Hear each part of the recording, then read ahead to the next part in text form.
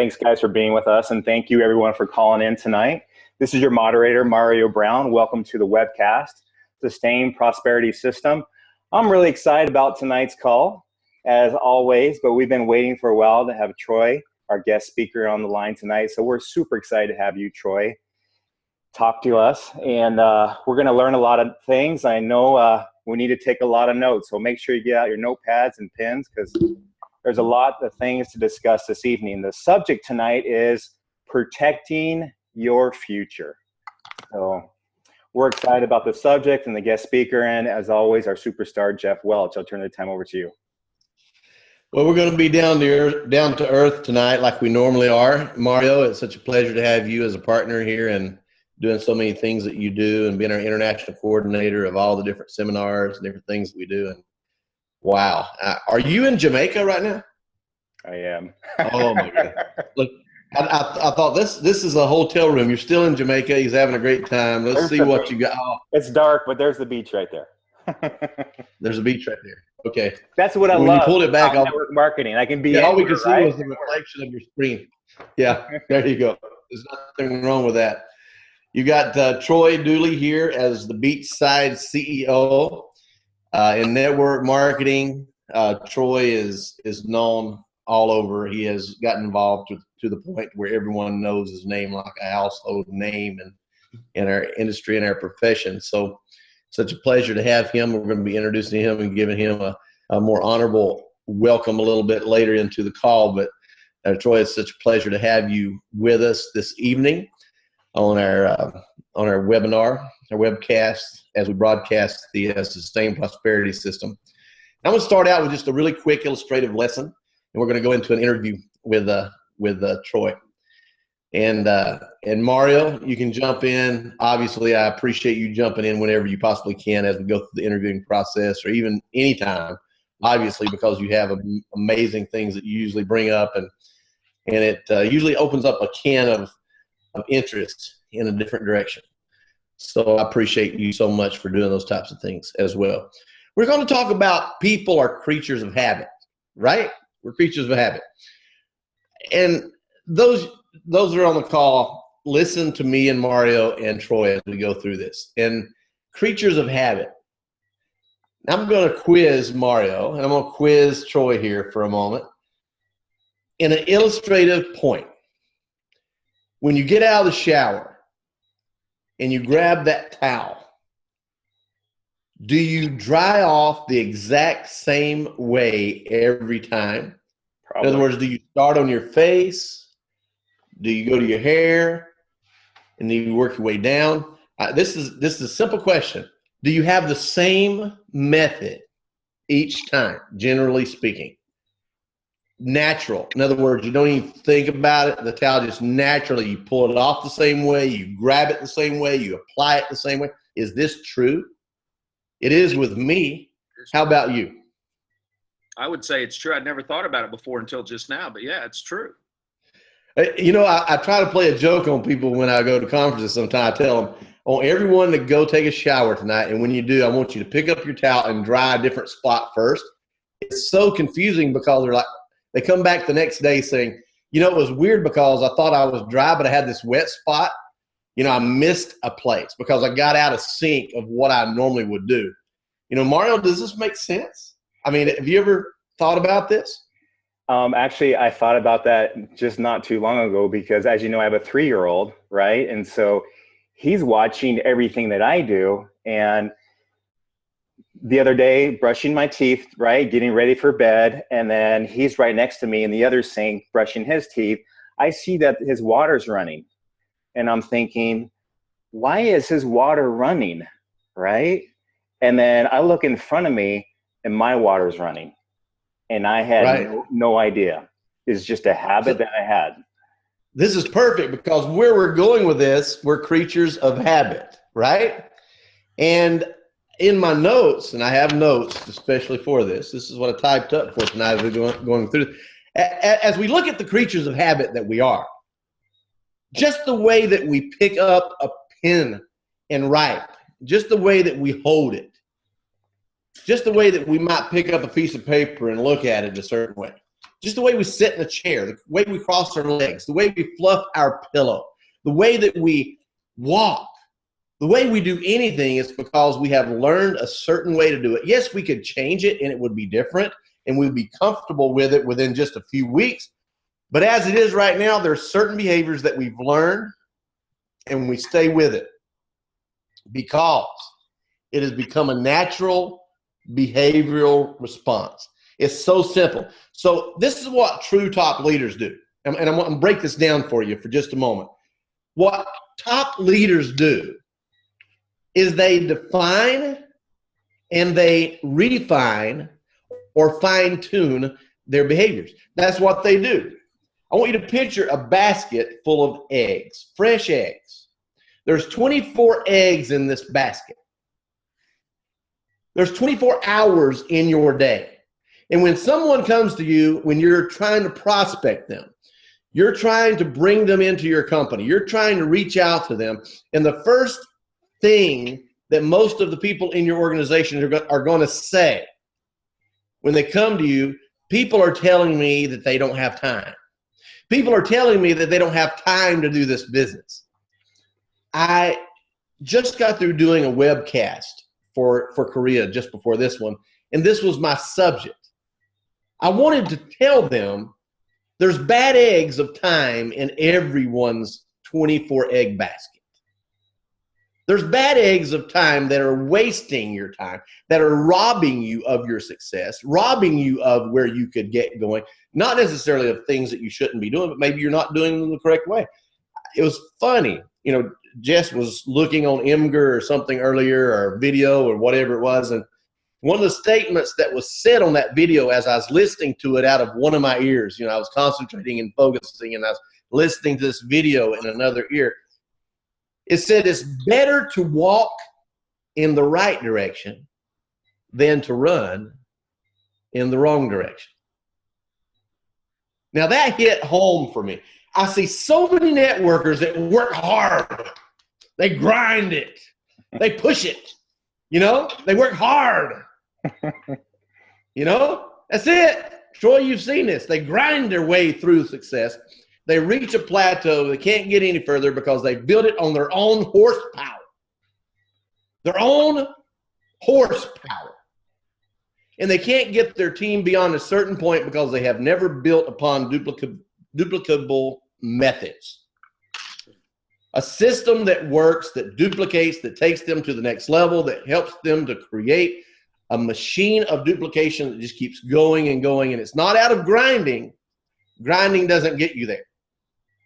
If you're teaching your team to grind it and to be workaholics, then you may just be teaching them how to dry off after they get out of a shower with a big giant blow dryer, as if it's that one at the end of the car wash that's blowing the water off your car, instead of just a simple method of repetitive actions that is very efficient, that has been learned over a period of time.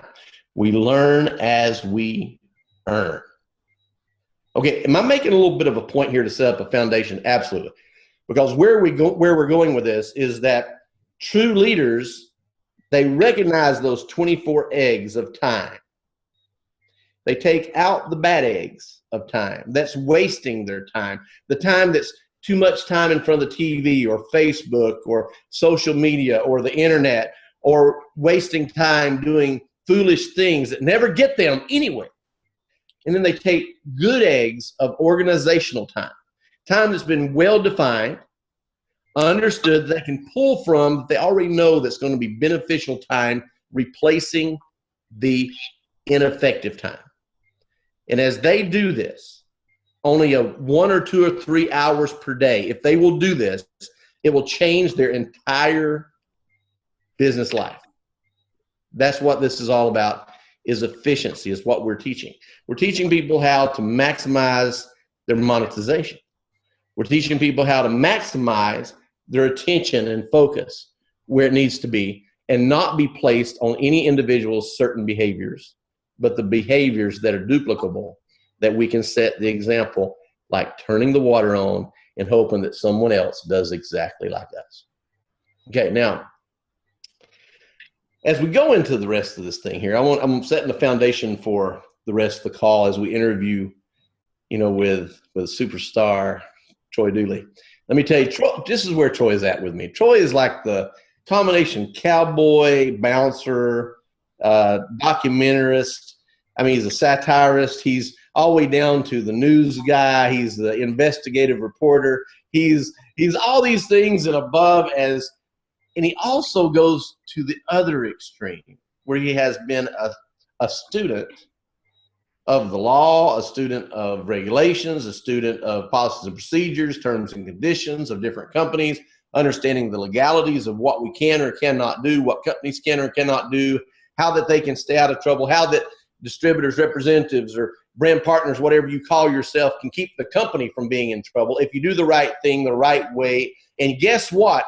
Those of you who are shysters that don't think you can build any other way than to be a shyster, you need to get this one message. If you do it right, you can still do it. If you do it correctly, you can still build it. You don't have to break rules or try to bend everything around your own little empire of ego. You can actually get there by doing it right. So those of you who are doing it wrong and are messing up the rest of our party, I have one thing to tell you. Eventually, you will be out of this business we call network marketing, and we will still be there building it behind your mess. That's what we do. We keep this business going because we are challenging the minds of the newbies, the people who are coming into this industry, in this profession, to do things right so that we have a positive, solid future ahead of us. And I know I'm pushing some buttons right now with Troy because this is right down Troy's alley. Troy, Mario has worked corporately for almost 20 years. He worked all the way back in the New Ways days, the Miranda days, the Nature Sunshine days, all those different companies. He was corporate with these companies, Sizzle. He was corporate covering North America. Working with people like me and you working the field, he was the corporate guy that had to put up with us. Can you imagine that? I mean, these corporate guys have to put up with us that are out there just like, oh my goodness, let's drive our business to the top. Let's get those big checks. Let's make some success. And you got those corporate guys wishing they could get off at 5 o'clock in the afternoon, right? And go home and that brand partner is just calling and needing this and needing that. And they're taking calls. They're trying to go out to eat with their family. They're doing whatever. And you know what I'm talking about. So we have a Duke's mixture of people here. Everybody here has either done consulting, corporate, field, advice, you name it. In the field of network marketing, we cannot mix this one up even any better than what we have it right now. Troy, you've done some things that kind of surprised me. I'm just going to be honest with you. First of all, you have a phenomenal mastery of interviewing people. And here I am interviewing you. You are the master of interviewers. You know how to bring people on and get them to answer whatever question you might have. I'm going to ask you some questions tonight. I want to pull from you. You've helped a lot of companies. You've consulted with a lot of companies, gave a lot of companies much advice. I've done the same thing in many ways. And I know how tough it is. Because sometimes you're talking to these owners and you're talking to these top executives and you're talking to the top leaders in these companies, and you know what they need to do. You know what changes need to happen. You know what warnings that you're giving them. You know what challenge that you're placing before them is a make or break. That's, if they don't listen to you, they're going to go out of business. Or if they don't listen to what you're trying to share with them, they're going to have a major disaster around the corner that they're going to be lucky to survive it.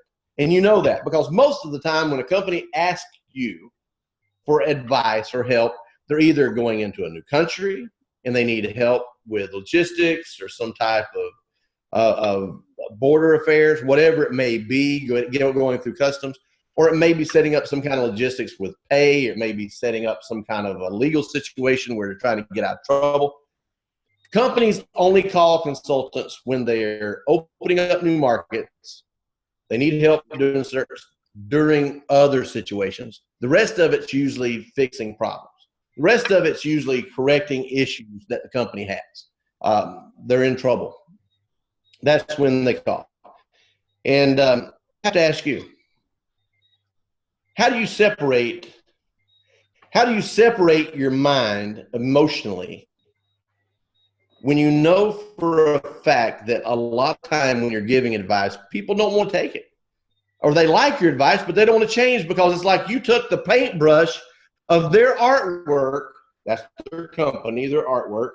You took the paintbrush out of their hand and you said, no, you need to stroke it this way. And they don't like that because they've been the artist this long. Got them to here. And they know they're not going to get to here if they don't make some changes, but they believe so strongly, they're emotionally attached to what got them here.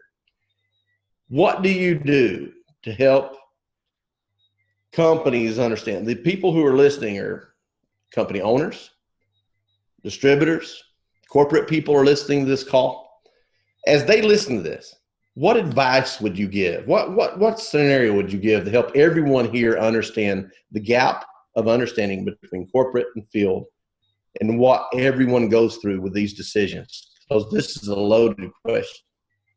Well, I try to take them back, Jeff, to the very beginning, the emotional feeling they had when they decided why they wanted to launch a business. You know, when most people don't just say, I want to launch a network marketing company because, you know, hey, I went as far as I could go in the field. Now I'm going to try it at corporate. There's always some catalyst behind that. And as they grow, as they get larger, as there's more people come onto the team, a lot of times they forget what that original emotional purpose behind why they launched was. And when I can bring that back to the surface, when I get them back in the emotional state, a lot of times we can shift them just a little bit to realize, oh man, we've lost control. Oh, we gave up what we were going after. Sadly, that doesn't work all the time, but when it does, you have a paradigm to where all of a sudden the corporate team decides to set back down and say, hey, we forgot where we came from. We need to get back on the train, get back on the right track. You know, on those, I have a blast. On the ones that don't get it, I pull the rest of my hair out, to be honest. I feel like sometimes, I know that we're calling this out and maybe some people are not going to appreciate what we're saying right now, but I hope this really helps some of the owners. Hope it helps some of the top executive level positions in companies to hear this. And Mario and I have spoken about this at times. And Mario has seen this in action at times when we've been doing consulting. I feel like at times it's like Restaurant Makeover. You know the show Restaurant Makeover, where this guy is hired to come in as a consultant, you know, and just and they trust the guy to take them to the next level, to give them advice. What do they need to do to change? As soon as they get there, they immediately show them all the problems. Edginess starts rising. Anxiety starts flowing in like a tsunami, and all of a sudden you start seeing tension on the show. It's almost like Restaurant Makeover. And then all of a sudden you give the advice, the Restaurant Makeover consultant gives the advice to the restaurant owner. This is what you need to change your menu. You need to do this. You need this dish needs to be this. You need to change your cook. You need to fire your son. You need to do this. You need to do that. They're giving them all this advice and they don't want to take it. And they're thinking, well, this menu got us to here and we've been here for 20 years and we just stayed in business this long. And you want to tell them, oh, but the guy down the street has been in business 2 years and he has a better menu and he's going to outrun you really fast if you don't make some changes. But the restaurant owner is set. Well, we are defined. We've been here for so many ages and decades, and we talk like George Washington now because we've been here so long, right? That's the way they think. This got us here. They're emotionally attached to that compensation plan. They're emotionally attached to that whatever. And you know that you need to help them change their menu, and you have to help them get over that hump. Have you seen an owner that was emotionally attached? Like I'm talking about?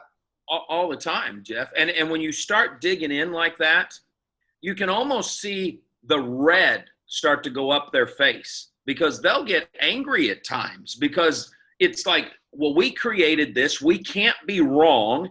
You know, you don't know what you're talking about. And it's like, yeah, but I see the 30,000 foot view. I'm not emotionally attached you are, and a lot of times, this is interesting you bring this up, because all those people that you mentioned that's around them, they've all said, well, this is the best comp plan. Well, that's the best process. Well, that's the way we've got to do it. They've never had somebody look them in the face and say, well, you're just being stupid. You know, you need to change or you're going to die. And they don't want to listen to that. No, everybody else, they're right, Troy, you're wrong. And it's like, well, okay, whatever. You know, they don't want to listen at times. Okay, now we picked on owners. We picked on top executives to a certain point. But now let's go to the veteran leader, the person who has done it. And now he comes on board, or she comes on board into a company. And it's amazing they could be successful that one time, but now what's wrong? Why can't they become successful again? Why can't they hit a home run again? It's almost like they used to play for the Yankees, and they were hitting home runs every time they get up to bat. And now they just got transferred over to the San Francisco, and now they're playing for Giants. And now what are they doing? He can't even hit the ball. This is the way networkers do many times, because they'll move from one situation to another, one company to another, home runs to not even doing anything at all. And we know what many of those problems may be, but what do you think is at the top of that list of why that sometimes when people change companies, they go through a dry zone of not being able to do what they should do in building their business? I think sometimes, Jeff, we all join companies for different reasons. But I think at times when we find that first company that we join, we don't really join the company because of the company. We usually join that company because the individual that told us about it is somebody that we're on the same wavelength with. We trust them. We want to do business with them. We take it to that next level, and we like the product, or we like the leadership, or we like the comp plan. But somewhere along the line, that top leader forgets that he didn't do it by himself. And he decides, hey, I'm going to go join this other company. Now, I'm not talking about times when companies fail or anything like that. I'm just talking about there's times when a leader says, I'm just going to leave and I'm going to go do this. I can do it again. I know what I'm capable of. And even in sports, you never do it by yourself. There's always a team around you, and they seem to forget that. And if they turn around and look, they'll realize, well, man, I'm out taking a walk. I stopped leading people. I thought I was doing it all. And they never gave leadership that they brought into the company the credit. And they go jump into something, and then they forget how to do it all over again. It's kind of like in the martial arts. They've gone from the white belt to the black belt, but now they don't realize, oh my gosh, I got to go back down and learn all the basics again if I'm going to build it, because I don't have a team that's coming after me. And it doesn't happen like that all the time, but more and more times I'm seeing leaders, they let that ego get out of check, and that's what's causing them not to be able to do it multiple times. You're bringing me like a funnel right straight into a point of where we started, the duplication. Absolutely. They forgot what duplicated. They forgot what got them there in the first place. During that, like you talked about, the white belt, black belt. Okay, the white belt, the rudiments are being taught. The basics are being taught. They're teaching people how to do the basics. You can't be a black belt without the basics. That's right. You can't do what you need to do as a black belt without the basics that were taught at the white belt and the green belt and the blue belt, all the way up to the red belt or brown belt, all the way up to the black belt. All those different levels of learning taught that person what to be at the black belt. It's a progressive move. Now, the reason I'm picking on that one comment that you made right there, if we're establishing good behaviors, good eggs of time that we're placing back into our basket, replacing the bad eggs of time that are robbing us from our success. Mm-hmm. If we're doing that, we have to replace it with things that are very efficiently getting us to where we need to go, plus at the same time are very duplicable so that anyone else can do it, like turning a faucet on, as easy as that is. And any behaviors that are consistently done for 45 days or more consistently become a natural response. Now, you just mentioned something. And I have a black belt. That's the reason I'm mentioning this. When you fight, you're responding automatically. When a person is in a certain position, you're responding automatically. When someone reaches out to punch you or to kick you, you're responding automatically. You don't just sit there and block. You're coming out with a counterpunch to actually counteract their move. And it's natural. Why? Because you have done it over and over and over and over and over and over and over and over and over until it becomes natural.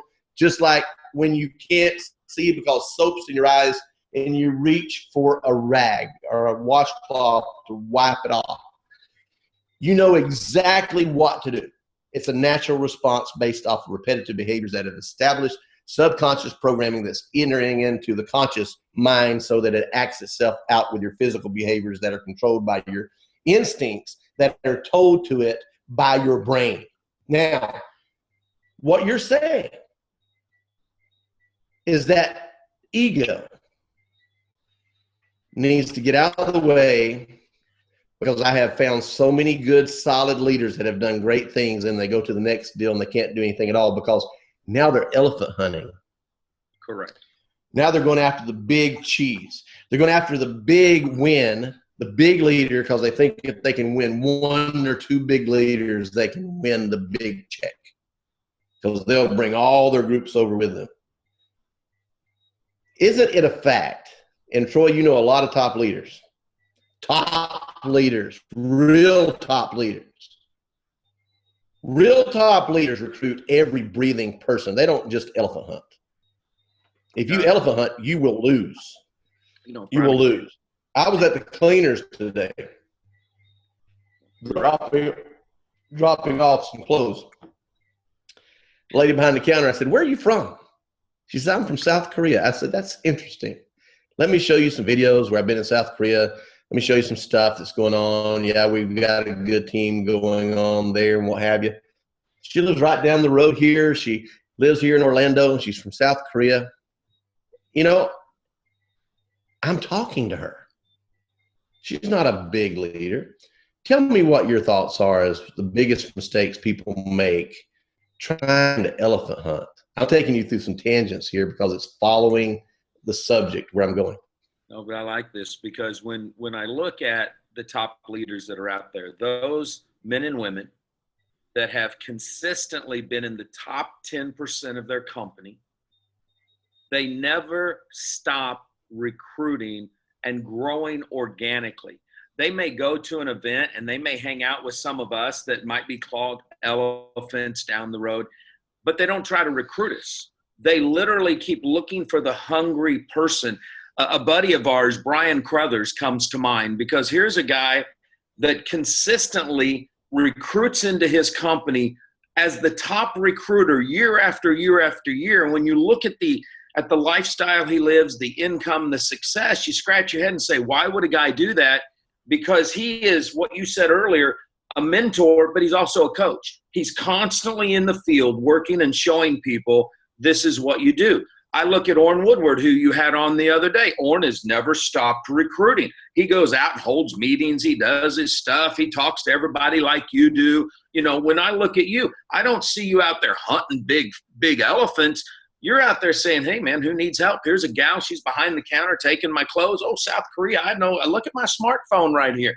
That's what it takes to consistently win. So these guys all look for these home runs without realizing if you look at the best industries out there, it's not the guy that's number one once or number two twice or this or that. It's that guy that was in the top 10% over and over and over that has the most money at the end of the day. And that's what it's about. You want to win, just consistently do the basics, constantly, never give that up. What's your biggest pet peeve with network marketing? I know that you've been on the field side strong. You moved over to the consulting side, the coaching side, and you've done so many different things. You play around here and there. You got your game, and I like that. You played your own orchestra of types of business angles that you've added into your network marketing experience. So, what is your number one pet peeve? First of all, the biggest turnoff when it comes to network marketing? The biggest turnoff. What just turns you off? If there's anything at all that turns you off, that would just almost makes you not want to touch network marketing. It's not the kind of question you'd expect on this call, right? You just don't want to touch network marketing because it's aggravated you that much. I want to hear your answer on this because there may be some people here that actually can relate, and maybe we can just analyze it a little bit. I'm gonna put it right here so you can see it. Look at my check. See what my check is? Look at the, I hate, I don't care if it's on the phone and somebody saying it, if it's in a message, if I see it in a Facebook deal. I hate seeing people say, look at my check, you know, because what we might have done 40 years ago, you don't do today. You know, times change. If you want to go out there and prove to me you're a success, go recruit people. You shouldn't have to be telling your story. Somebody else should be telling your story, you know, and that burns my butt more than anything under the sun. You know, I was telling someone, I have a way of talking when people ask me questions. And you know what happens, Troy? People will talk to you. They're trying to fish for information. And one of the questions they'll ask, how much do you make? How much do you make? How much do you make? You have that question all the time. You know, this is one of the statements that I always respond. I said, you know, yes, I have done this and I've done that in the past. Absolutely. But you know what? It doesn't matter what I've done in the past. It matters what I'm doing right now. And it matters what I'm going to do tomorrow. Because you're not in the past. I can't help you in my past. But I can help you in my now and my tomorrow. And we can partner up and we can do great things together. So it's amazing how many people do live in the past. And you know what's so ironic about that is the United States especially, we tend to live in the past only when we're stroking egos. We don't have a tendency of respecting the past like the Asian culture in a different way. They respect the past because it's what brought them to this point where we are right now. We have egos sometimes here in the United States where our only respect for the past is what we can brag about, our flags that we can wave. Yeah. So you have a big piece of wisdom there you're sharing with us today. Maybe, just maybe, some people are going to get that. Now, if there's ever a pet peeve, and I like that pet peeve you just brought up because it makes me want to puke when people brag too much. And I found this out. You know what I found out, Troy? People have a tendency when you see egos and bragging. Their ego and bragging is usually a lot bigger than their check. Yeah, it is. Because the people who truly do have a big check, most of the time, they don't brag about it. Isn't that true? That's exactly true. I was in Orange County this week meeting with a gentleman that is very successful, but his mentor is probably in the last 45 years, one of the most successful. And yet 95% of the industry would not even know his name because he doesn't brag about anything, doesn't do anything. And he's always pointing to his leaders. Hey man, this is my guy. This is my stud. This is the one. This girl over here, she is, you need to go join her. It's never about him at all. And it's the greatest leaders I've seen in our business are men and women who are bragging about their leaders, never bragging about themselves. And I think that's the key to success in this industry. Okay, everyone is listening on this call. I want you to hear this because you've heard me say over and over and over.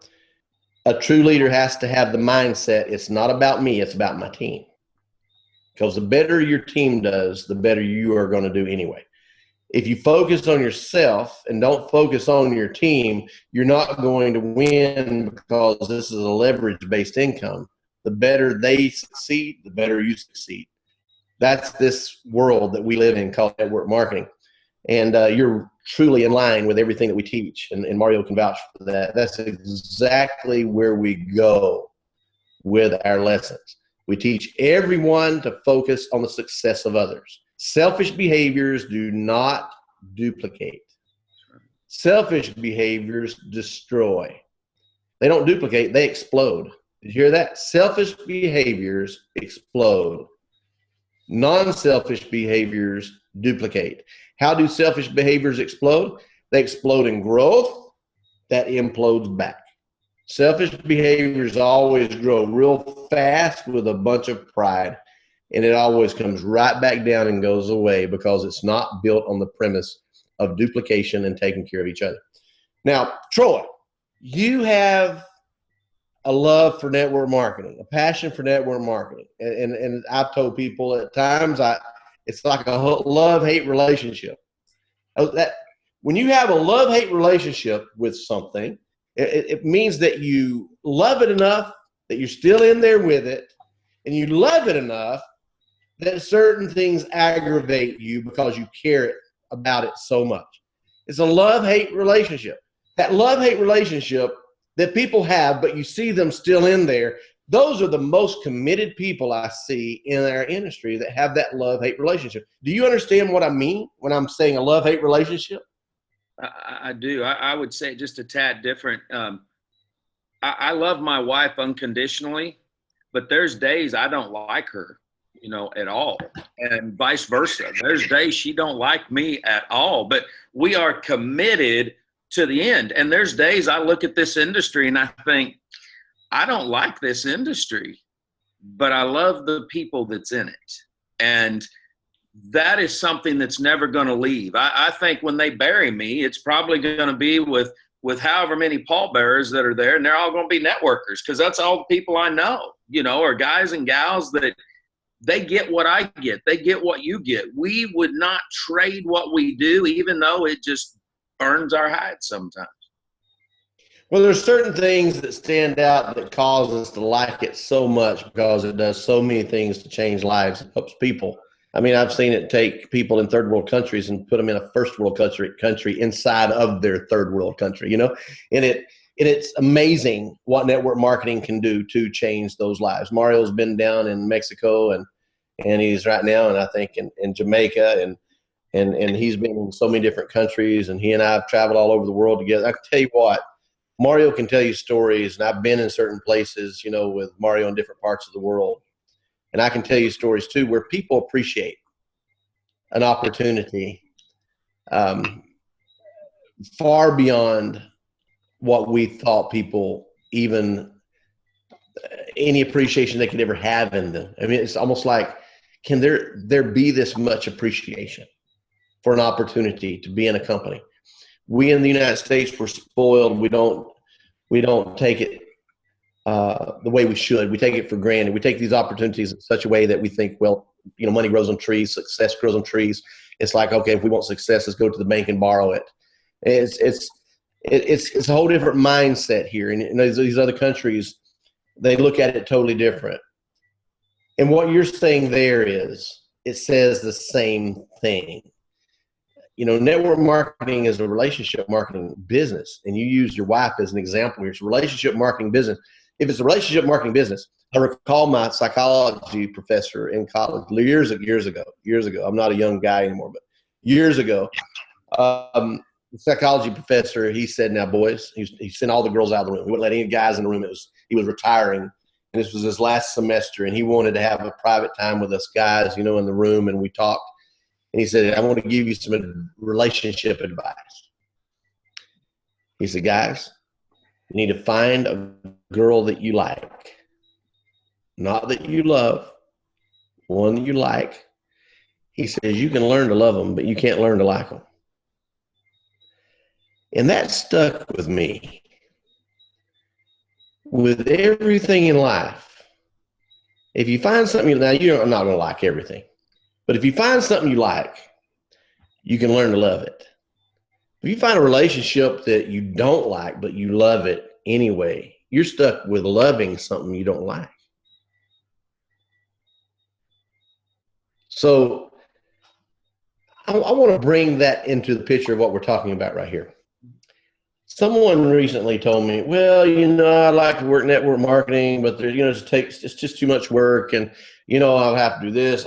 I'm thinking in my mind, they have to fight traffic, go to work every day, fight it all the time, dealing with a boss that's down on them all the time, constantly not giving them the time off that they need, constantly not giving them the week of vacation they're desiring, constantly getting onto them for every little detail. And their excuse of not joining network marketing is too much work. And they're going to work every day fighting hell on earth in their own little prison of demise because they don't like it. I find that when people get into network marketing and they start becoming successful just slightly, they like it. It becomes something they enjoy. I think that's one of the things that I enjoy about network marketing is I see people enjoying what they do. I really do. I see people enjoying what they do. And I see people like us that's been in the industry for so long that we're not the ones that's sitting over there enjoying what we do. We're enjoying seeing people do what they do. We're enjoying seeing people grow. We're enjoying seeing those new faces when we show up at the ANMP, which the ANMP is coming up very shortly, right? And I look forward to being at the ANMP. Are you going to be there, Troy? I will not be this time. I will be speaking at a client's event. It's one of those things that it hurts, but I got to take care of the client, man. I totally understand. You know, I'm going to go to Korea and then Japan. And when I get back, I'm immediately going straight to Dallas to the ANMP. And I look forward to being there with so many of our friends. But, you know, this is the thing. When we're there at the ANMP or we're there at the other events, what are we doing? We can't wait to see our friends. We can't wait to see the people. They're in other companies. They're not in our company. Mix of all these different companies joining together to congeal, to be able to share their information with each other freely. It's amazing, folks. Those of you that are in your company and you're lacking information, you're lacking socialization among leadership that actually can spread into you the knowledge and experience that's out there. You're missing out of some of the things that we don't miss out on. Why do we do these things? It's because this keeps us knowledgeable about what's going on throughout the world in the industry of network marketing and duplication. Now, Troy, the word duplication, I gave it the definition years ago, back in the 90s. I gave it the definition of duplication was to lead a large group of people to do a few simple actions over a sustained period of time. Do you agree with that? I would agree with that, without a doubt. What do you think duplicates? What do you think doesn't duplicate? What do you tell companies? What do you tell leaders that they're doing wrong that don't duplicate, or they're doing right that does duplicate, or you're telling them advice of things that they need to be doing to duplicate? I think, and this is going to be a little bit of ambiguous before I drive it home, but I've learned that everything rises and falls on leadership, but yet leadership rises and falls on the culture. So when you've got a leader that is not quite sound ethically, when you've got that leader whose ego is cracked and it's inward focused, whether it's the CEO, whether it's the vice president, whether it's the top leader in the field, that is going to be both duplicatable and non-duplicable, because what you're teaching people to do and your actions will not line up, and you will crack that foundation to where you're looking saying, why can't I duplicate? Why aren't people growing? Why didn't they do what I did? Well, because of the crack in your ethical armor, your leaders who could have duplicated your efforts left, and the people that are left with you are just like you. So they're duplicating all of your bad habits because you yourself aren't going to an ANMP event. You're not being mentored by somebody on the outside. You've just stopped growing. And when we stop growing, we start dying. And that, I think, Jeff, it's a vicious cycle. What comes first, the chicken or the egg? You know, and they don't see that. When it goes back to those three letters, ego. When that ego is either in a good state where it's outward focused, you're building leaders, that's going to duplicate. If your ego's inward focused, me, that's going to duplicate. And then everybody's got a me mentality and nobody's doing anything. They're just whining to each other. Jeff, I don't know why my business isn't growing. I don't know why nobody won't get off their butt and do nothing. Well, you're not doing anything. So it's a little bit an ambiguous answer, but that's how I see it. And that's what I tell them. Get off your freaking butt and go back to the basics, or get out of the business, because you're not helping anybody. Set the example. That's it right there. It's the example of walking in the right direction and not running in the wrong direction. That's right. You know, I love that example. I'm going to get further walking in the right direction than someone else that's running in the wrong direction. Love that part. Now, you're known for someone who kind of gets the word out in our industry, and when things are happening with certain companies, and certain companies are going through certain situations, and it becomes a lesson. You turn it into an opportunity for everyone to learn from what these companies are going through, or what these leaders are going through in different companies. And that's something that's special. You've got a niche with that. And a lot of people don't understand. At first, I heard some people say, "Oh, I can't believe he's putting up this video, and why is he doing that?" Over a period of time, people could understand that what you were doing, you're establishing a format of, this is what's going on. Let's learn from this. Let's learn what to do and what not to do, so that we don't go through the same problems that this company is going through, or these leaders are going through. Now, why do you have a desire in that genre? Because you obviously have a niche with this. Why do you want to do that?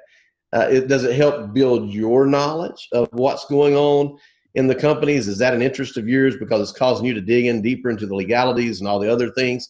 And folks, what I'm saying here is he has a YouTube channel, and he basically is like a news person, Troy is, talking about the intricacies of different matters that's happening in our industry. When a company recently had problems because of their compensation plan, and they had FTC issues, and Troy, you stayed on that quite heavily, and that's a good example. And why? I mean, I understand how it helps us all, but why do you want to do that? What's your reason? I think I know why, but I want you to tell everyone why. We all have to grow, so part of it is that personal growth. I learned. But we have had so many outsiders, so many critics, so many regulators think that we don't want to grow and mature as a community. And so sometimes we've turned a blind eye to reality, to the facts. It's a fake it till you make it type thing. And I believe that if we use wisdom journalism, not to hurt people, but to educate people. When we look at the situation and say to ourselves, how can we not repeat that? Well, the only way not to repeat it is to talk about it, to learn from it, to grow from it. What exactly was the issue? Where did we lose track? Sometimes it is ego. Sometimes it's a lack of education. Sometimes it's ignorance to the changing of a law. You know, when we get done here, I will go downstairs in this hotel and speak to about 100 people literally on this topic. Because when we don't know what the moving target is, we don't know what to do, Jeff. It's like our kids. If we don't tell them it's hot, they don't know that it's hot. So yes, I agree personally, but I get to help so many people. Serving others to reach their potential is what my purpose is. And I know I screwed up a million times, but I know that when I'm walking through the airport, when I get a phone call, when I get a text message and somebody said, "Hey man, I just saw something you said, you helped me, you saved me from doing this or that, or I've learned, I had an aha moment," I can sleep at night and know my kids are going to be happier than if I was the one in jail because I wasn't teaching anything and I was doing something wrong. You know, it's amazing, and I know some people here on this call are going to be new to network marketing, and this is going to be like eating steak instead of drinking out of a bottle. But I want to say a few things here. I know we're getting close to the end, and I want some certain information to come out that will help everyone. One of the things that leaders here need to understand, our industry is a very competitive industry. Different companies are in competition with other companies. Why? Not because their products are the same. It's because people compete for the same leaders. Different companies compete for the leaderships that are out there. They compete for whoever those people like me or Mario or you or whoever else that's out in the field. They compete to be the magnet. They compete to be able to draw the crowd. They're competing to pull people from one company and put them in another company. It's competition. We see this. I'm being honest. Now, part of the reasons I believe that we have some legal issues that come up, or issues, period, that come up, is because of that competition is so strong. Many of our owners and many of our top executives don't talk to each other. They don't ask advice before they get in trouble. They'll literally spend millions correcting an issue that the other person has already spent millions doing the same issue. And the other person, and they don't know each other's going through the same problems, spending the same money, bad money. You know what I mean? Good money after bad problems. When they could save so much time, so much money if they just collaborated together, but they're competition. We need to understand the dynamics. It's hard for the coach of the New York Yankees to ask the coach of the Atlanta Braves, what should I do? You see what I'm saying? It's true. So where you come in as a consultant, and me too sometimes, is many times we can be that person they ask for that information. I get that. I'm hoping that we're going to see a day, one of these days in the future, to where it won't be such a secretive situation. We'll be able to have more open commentary between companies and have a much better situation straight across the board with as large as this industry has become. What are your thoughts on this? I would agree with that. You know, for an industry, for a community, for a profession, whatever you want to call it, that is so positive, so focused on helping save people's lives. When you get to the top, they have this mental shift of a fear of loss. So they want to keep everything secret. They don't want to share. And there's times, Jeff, I've been able to play that individual who they trust. Hey, man, I know that you know so-and-so, and you know, can you share with us what happened? Can you share with us where something went wrong? Can you share with us how we can be helped in this? A lot of them just watch the videos. They started to realize, hey, if we just learn. You know, I had a CEO the other day that heard me say in one video, hey, I bought the transcript from a court proceeding. He had his legal team start buying the transcripts. Forget reading the court documents. I want the transcript. What was said by the attorney? What was said by the regulator?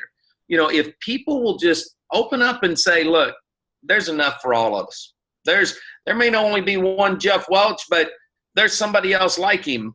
I need to talk to Jeff and find out, hey, man, how are you building your business over here? Maybe I can learn something from you. I mean, when owners start doing what we do at the A&MP, I think the whole kit and caboodle will be a whole lot better off. I do too. I think we're getting there to some extent. We are. And we're going to get more and more there over a period of time. I believe it's going to eventually get there 100% when it's never a competition of how can I get your leaders from your company to join mine. That's right. But where it's more organic, period, straight across the board.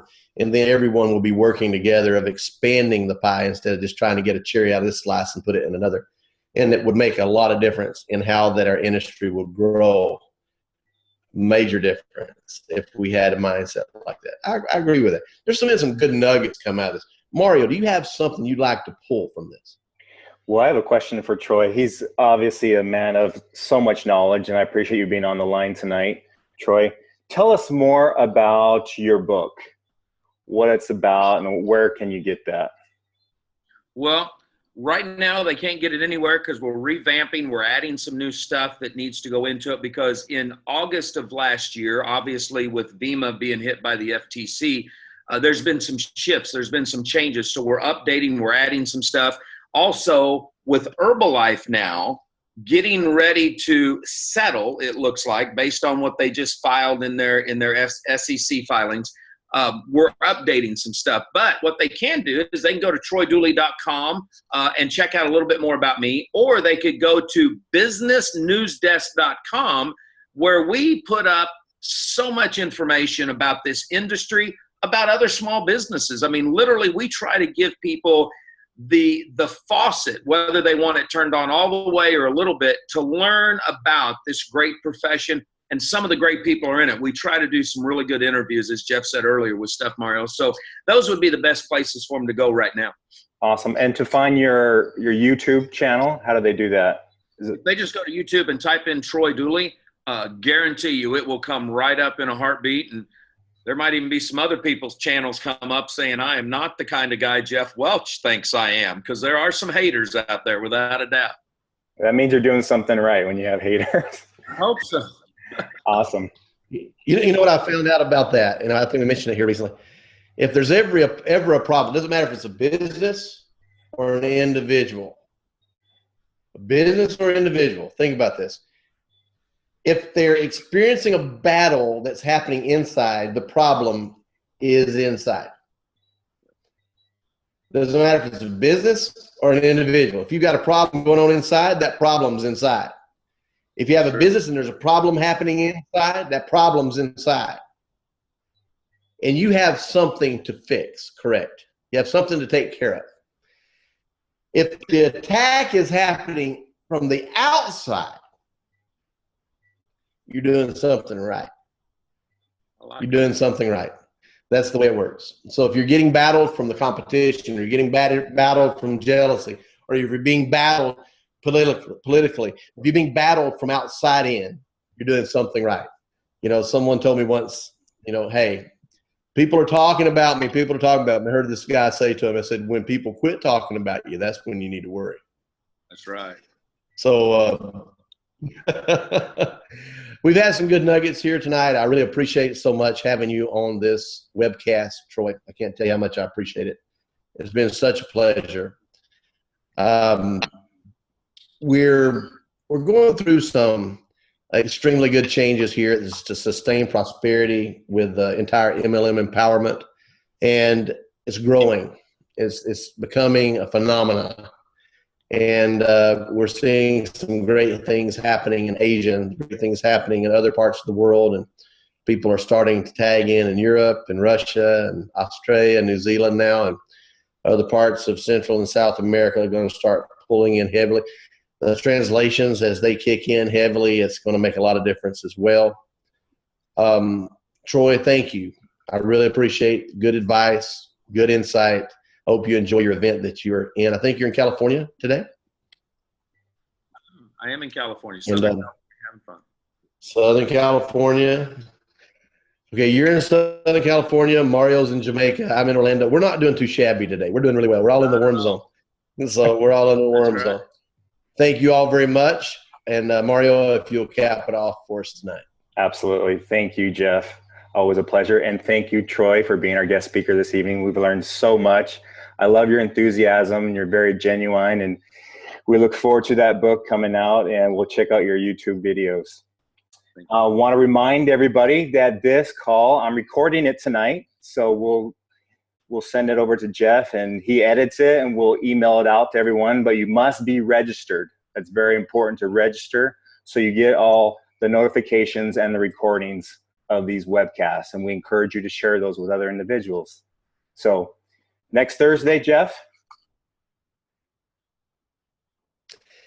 Next Thursday, I'm going to be training you myself. Actually, I'm joking. Actually, next Thursday is going to be a time when I am going to be in the air on the way to Korea. And so we're going to be taking a pause next Thursday, and we'll be coming back the Thursday after that for a winning time here on our webcast. So we're going to take a break next Thursday night, and it'll be the week after next that I'll be back with you. I will be in a plane over the ocean somewhere on that big pond called the Pacific Ocean, and just can't do the webcast from up there.